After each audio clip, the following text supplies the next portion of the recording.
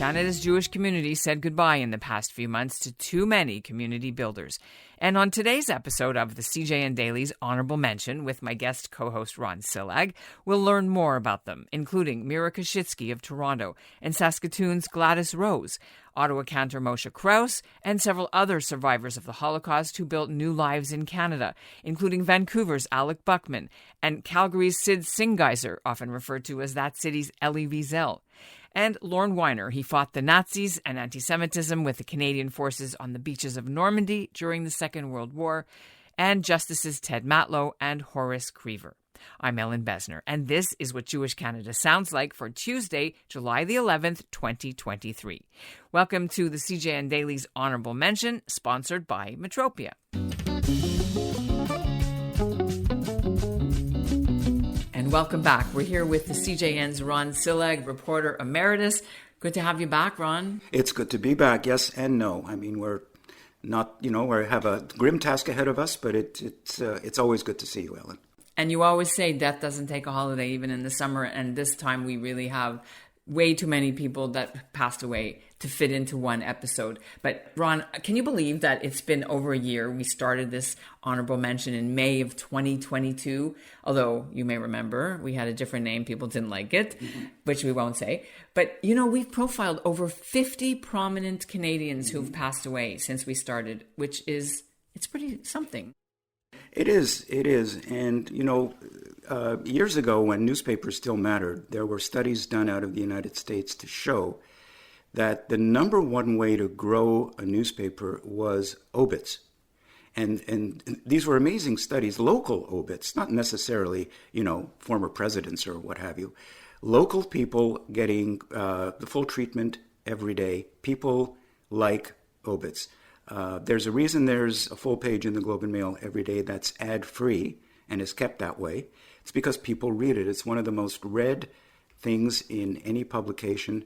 That's true for the CJN also. Well, I hope it is. And it's true for other media as well, and other forms of media. Television stations have them. I know that it's done in Australia all the time on the air. And so people like to read about great lives, and even the occasional scoundrel. Why not? Especially the occasional scoundrel, exactly.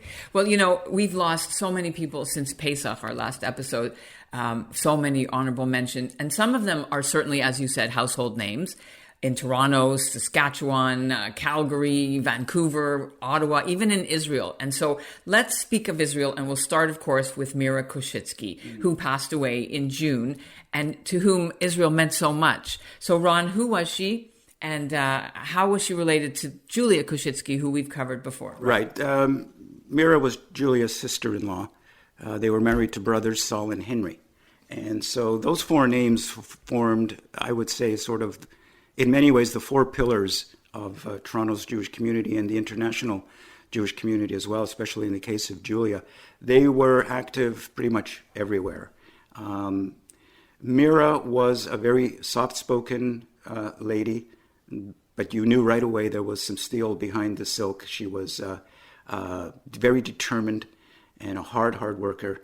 A Holocaust survivor born in Bratislava in what was then Czechoslovakia, raised on a feudal estate, apparently.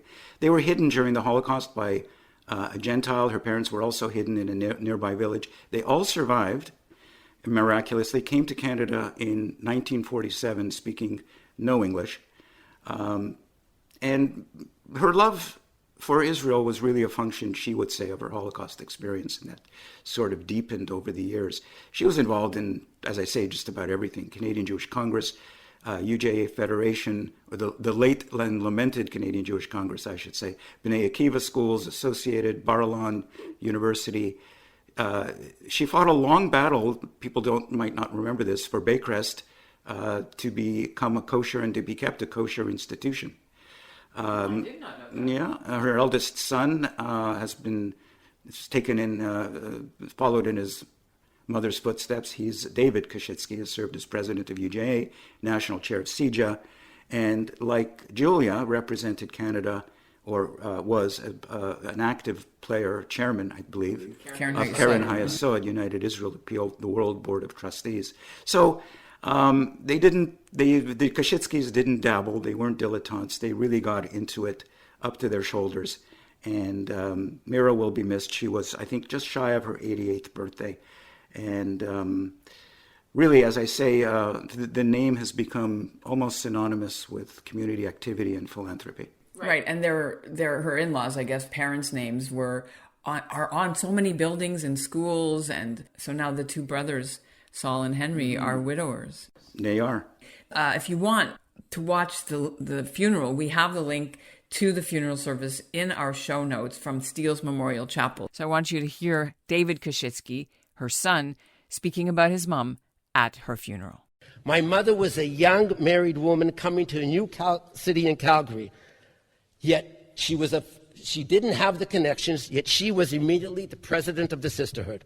When she came to Toronto, she became very involved in the PTA of Associated. Remember, those years, it was a man's world. So it wasn't easy for women to be on the board, but she led through the PTA. But what was closest to her heart? She was a survivor. She had dealt with anti-Semitism, and she knew what it would do, and she was infuriated with the concept of Holocaust denial. Well, that meant that it was a natural shidduch between her and the Canadian Jewish Congress. She joined the Congress, worked her way up through the ranks to the very top, and she was there. So you spoke about how Mira Koschitzky was a pillar of the community for Toronto's Jewish community and also Israel. And I think the similar description could be said about Gladys Rose, who passed away May 15th in Toronto, although she spent all her life in the prairies in Saskatoon. She was sort of like the Mira Koschitzky of Saskatoon. Yeah. She was the Oracle of Saskatchewan, I called her. If you ever wanted to know anything about Saskatchewan, which was rare, not much that was reported by the CJN because it was so heavily centered on Toronto and Montreal. CJN didn't pay much attention to Saskatchewan, but when it did, in terms of anything involving Jewish life, synagogue life, you called one person, and that was Gladys Rose. There was nothing she didn't know about what goings on in the community. She was actually, yes, born in Saskatoon, I believe into a family that ran a family grocery store. I think her parents were like the typical, they came from Belarus, settled on the prairies in that generation of Jews that did that. And then she was their only child, but she certainly was a trailblazer, was she not, in terms of her education and in conservative Judaism? Do you know? She became the first female president of a conservative synagogue in Canada, which is the synagogue in Saskatoon, Congregation Agudas Israel. And we just did a whole feature on them last week, and I'm going to put a link to it. It's sad that she passed away just before their dedication and reopening. Yeah, but she leaves a terrific legacy, which we reported on in Saskatoon, which is the revitalization of the synagogue and more people coming. And so that is a wonderful legacy. Also involved in National Council of Jewish Women, CJC, and a task force in Saskatoon called Multi-Faith Saskatoon, that gathered together people of different faiths to talk. So she was our man on the prairies, so to speak, and she moved to Toronto in 2005 to be closer to her children. I really like the fact that even though after her beloved husband passed away, Jerry, she went and had a bat mitzvah at 85 years old at Darchei Noam in Toronto. Yeah, played bridge, joined a book club, a very full life. And what may not have been always easy out in Saskatoon, especially in the early days. There was probably a latent anti-Semitism on the prairies, but she muscled through it and did a lot of great work there and grew the community. I really like this, how they called her the Simcha Roses, she and her husband, because if there was an invitation to a Simcha, they went no matter where it was. And that is wonderful, because she also suffered a lot of tragedy in her personal life. She outlived a lot of her own immediate family. Her husband died in 1999. Her daughter, Kathy, died in 2000. Her other daughter, Naomi, died in 2016. And Kathy's husband died the following year. So, a lot of tragedy in her life. But she considered herself lucky. She was resilient. She was happy. She was always positive. She was in Toronto, but they buried her back home. The burial is at the cemetery in Saskatoon. And I really like how they said that for her charities, if you wanted to make donations, of course, her beloved synagogue was one of the top on the list, or Save a Child's Heart. And here's her daughter, Dr. Toby Rose, at the funeral in Toronto. She was so much more than a stay-at-home mom. She did extensive and high-level volunteer work for the National Council of Jewish Women, Canadian Jewish Congress, Multi-Faith Saskatoon, and the Royal University Hospital Foundation, among others. She was the first woman president of a conservative synagogue in Canada, Congregation Agudas Israel in Saskatoon. During her tenure, the synagogue became egalitarian, much earlier than conservative synagogues in Toronto. She loved Saskatoon and Saskatchewan, their history, geography, people, the Jewish community, and even the weather. We think she coined the phrase, "It's a dry cold."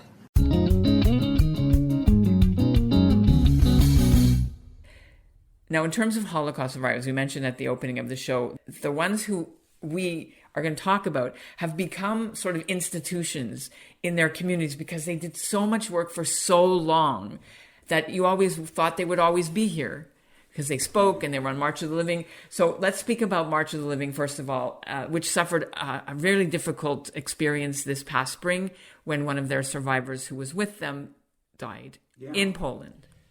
He did. I mean, this is a story in itself. Alex Buckman was a real stalwart of Holocaust education in British Columbia. He was an advocate for child survivors, of which he was one. He was 83 when he died in April. Mr. Buckman was a chaperone on the March of the Living in Poland, and that's where he died on April 21st. And it's both fitting and tragic, and he was a terrific educator, president of the Vancouver Child Survivors Group.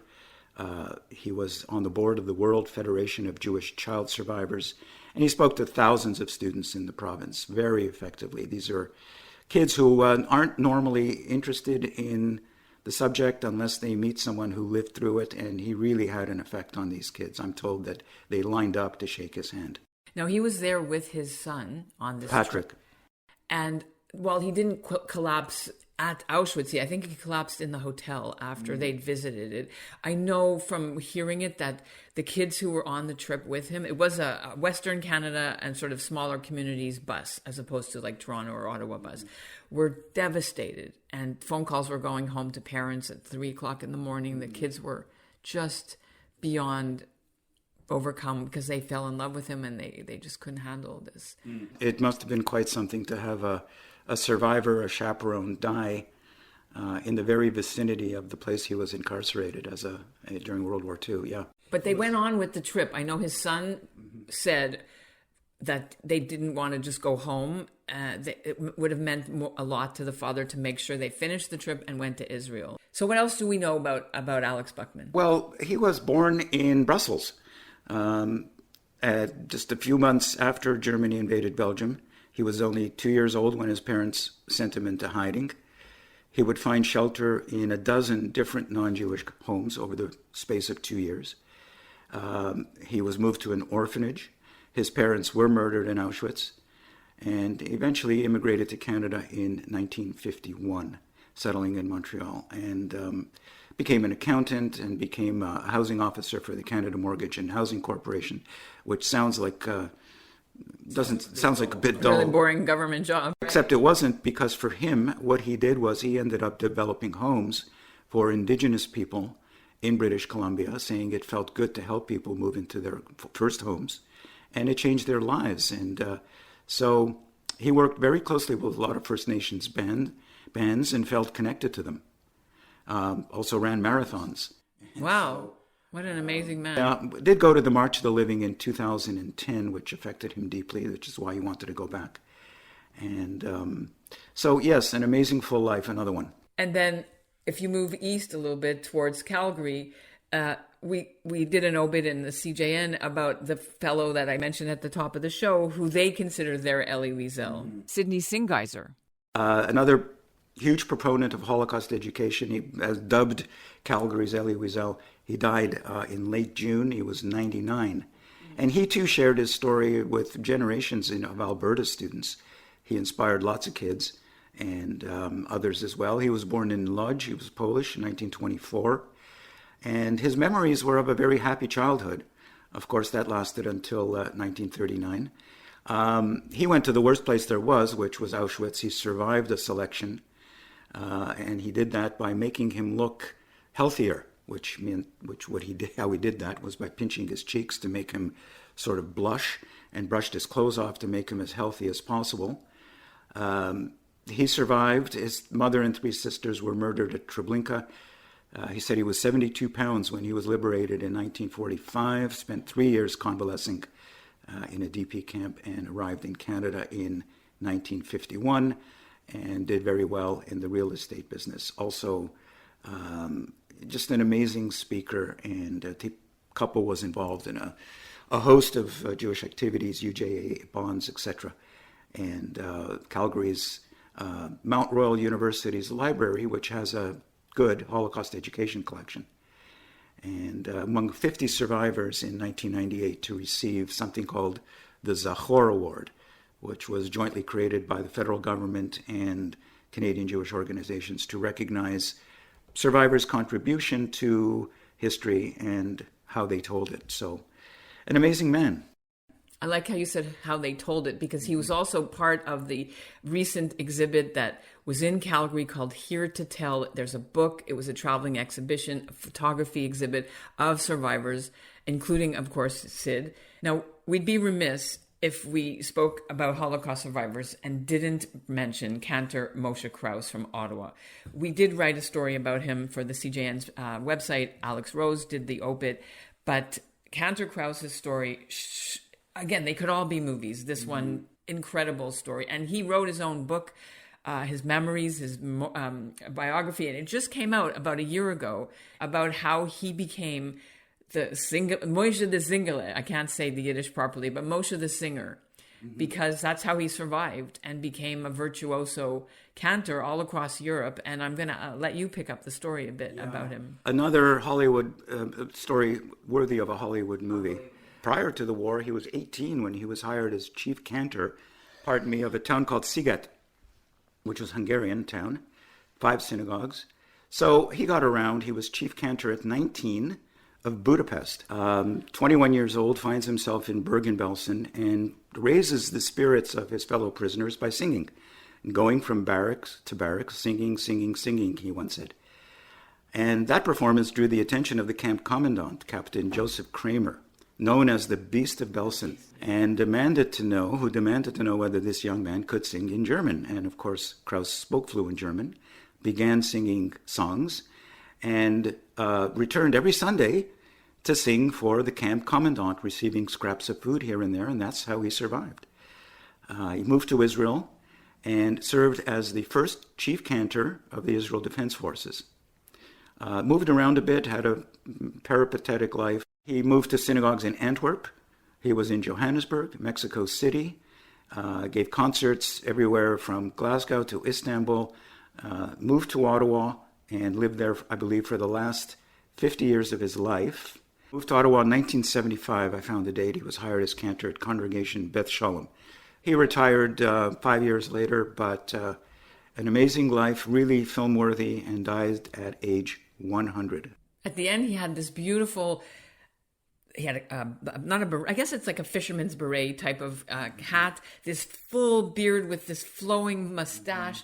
He looked like Captain Highliner type of beard, really distinguished look. Yeah, very distinguished. And still married to his wife of all these years. She's still alive. They lived in Ottawa. And last year, the synagogue which he was affiliated with had a fundraising gala in his honor. His book was just published before he passed away, and we're going to put the link, Moshe the Singer, to it so people can order it and read. And here is a little clip from 2016 when Cantor Kraus is describing his first foray into the professional singing world. When I became 9, all of a sudden I became very popular. I had a beautiful voice, and they invited me all Europe. We didn't know more than Europe. Who knew America? There was no television, there was no radio, there was no telephone, there was no autobus, there was no cars. But in Europe, I traveled Europe as a child from 9 and gave concerts. Gave concerts for schools, for organizations. I made my father a good life, my father and mother a good life. I brought home money. There was no banks. There was no checks. I came home with a lot of money, cash.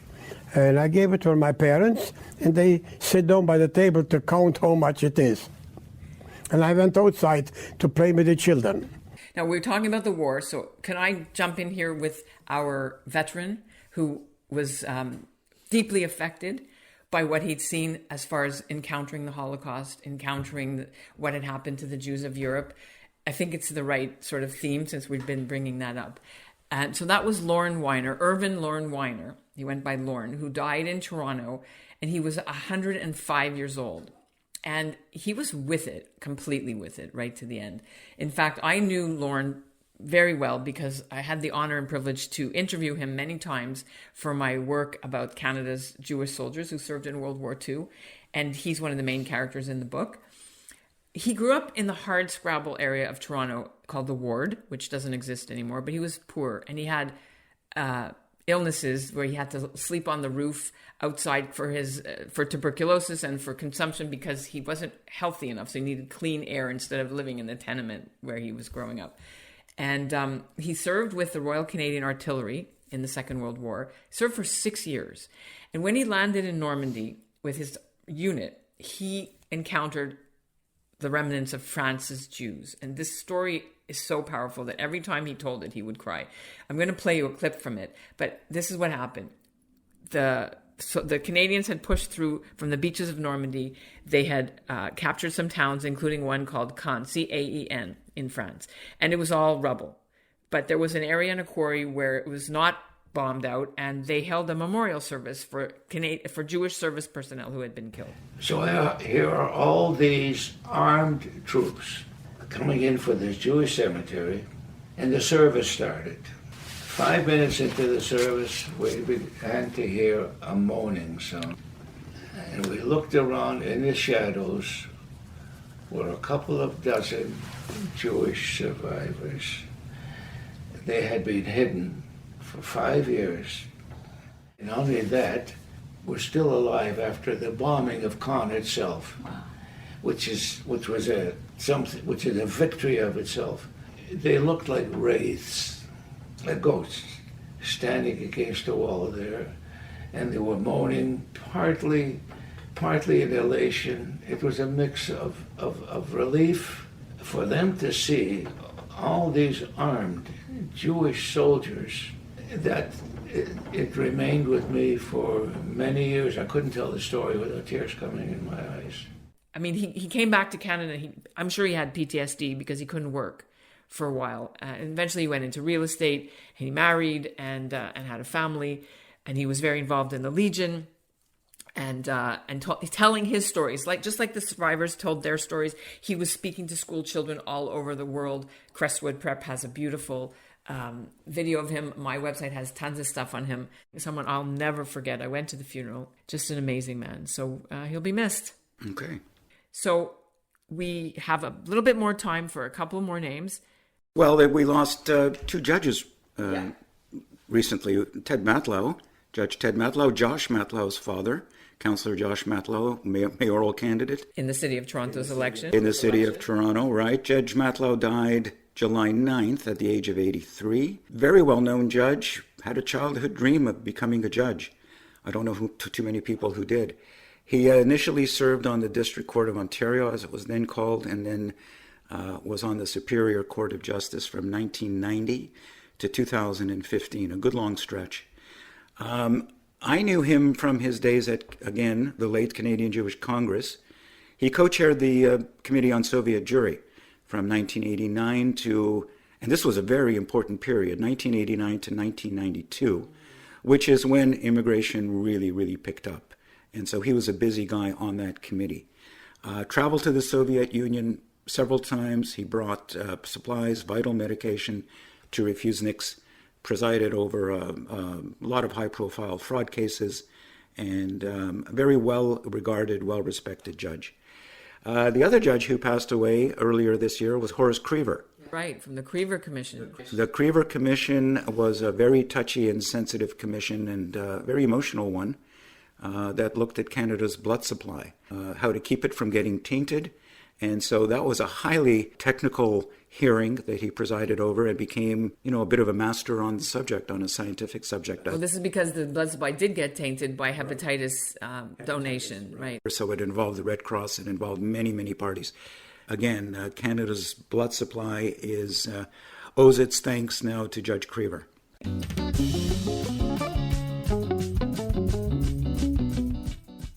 So that is our honorable mention for this episode of the CJN Daily's tribute to honorable men and women who we have lost in recent months. Ron, as always, fascinating stories. You knew many of them. Yes, I did. Yeah. And so this is also personal for you. Well, it's personal, and this is a problem for obit writers in that if you write about someone you knew and knew quite well, it sort of violates the first rule of obit writing, which is that you're not supposed to have known the person because that, sets up a bias. It's okay if you knew them slightly, but in some cases here I got to know people pretty well. And but, sometimes you have no choice. If you're the guy chosen to write it, you do it anyway. Well, I'm glad we learned a lot about our honorable mention and women. Thanks so much for being with us again on the CJN Daily. Pleasure. Thanks for listening to the CJN Daily, sponsored by Metropia.